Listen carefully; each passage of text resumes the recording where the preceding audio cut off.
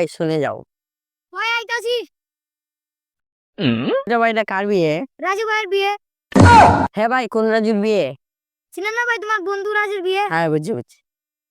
ভাই তুমি কোন দিন বিয়ে করবা? সময় হলে। শুধু ভাই তোমাকে কষ্ট দিলাম, চলে যাও।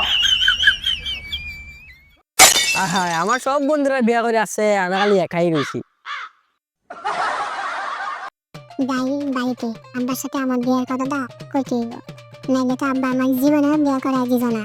আমার সব বন্ধুরা বিয়ে করতেছে, আমি তো বিয়েতে পড়ে গেছি। হ্যাঁ